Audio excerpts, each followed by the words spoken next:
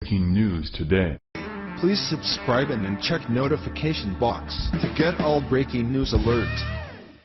Ever since Trump became president, the liberal media has been incessant in their efforts to invent scandals that will get him impeached. One of their favorite fake narratives is to paint Trump as a sexual predator, where before the election, women were coming out of the woodwork with outlandish claims, suspiciously waiting for decades to drop their stories until the presidential race. Now Fox News' Sean Hannity has delivered an unbelievable bombshell about the women who made these sexual misconduct allegations against Trump, after promising several days ago that this latest scandal would tear the Democratic Party apart. Liberals never let the truth get in the way of a good story, and for months, we've witnessed the unbelievable lengths they will go to in order to get our president impeached.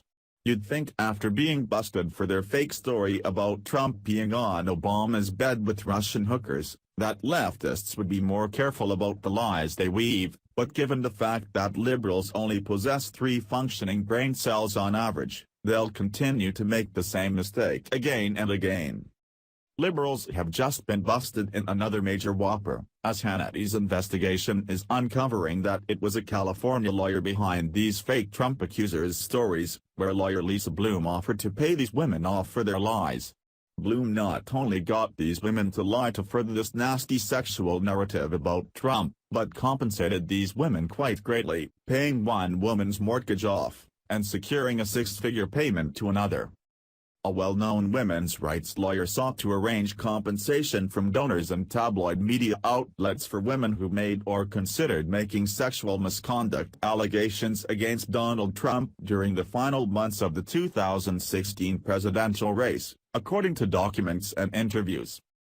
California lawyer Lisa Bloom's efforts included offering to sell alleged victims' stories to TV outlets in return for a commission for herself, arranging a donor to pay off one Trump accuser's mortgage and attempting to secure a 6-figure payment for another woman who ultimately declined to come forward after being offered as much as $750,000, the clients told The Hill. The women's accounts were chronicled in contemporaneous contractual documents, emails and text messages reviewed by The Hill, including an exchange of texts between one woman and Bloom that suggested political action committees supporting Hillary Clinton were contacted during the effort.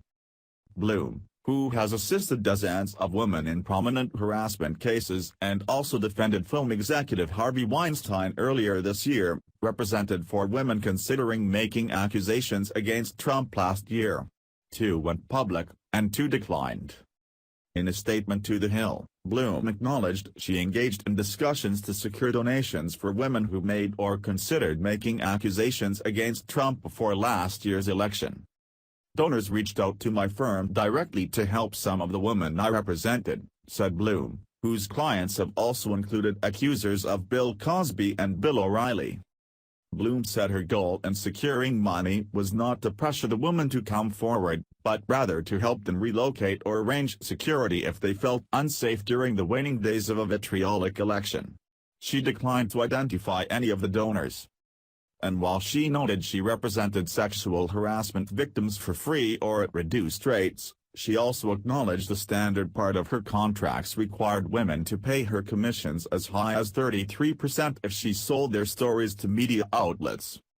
Our standard pro bono agreement for legal services provides that if a media entity offers to compensate a client for sharing his or her story, we receive a percentage of those fees. This rarely happens. But, on occasion, a case generates media interest and sometimes, not always, a client may receive an appearance fee, she said. It's absolutely startling the lengths that these nasty Trump haters will go to in order to get him removed from office. There's already liberal morons calling for Trump's impeachment over these false allegations, as they see how successful these tactics work to destroy Roy Moore's Senate race bid. One of Moore's accusers was Beverly Young Nelson, the ex-waitress who charged that Moore groped her when she was 16 and he was in his 30s, and used her high school yearbook bearing Moore's signature as proof that she knew him. Even though Nelson would be busted for plagiarizing the yearbook entry, liberals still used the woman's false testimony as a way to push the narrative that Moore was a sexual predator. Despite the barrage of fake news, traitors infiltrating his administration, and half the country working to get him impeached, President Trump is still kicking ass and fulfilling his campaign promises to make America great again. Be sure to help expose this lie about our president and share this story. Knowledge is power.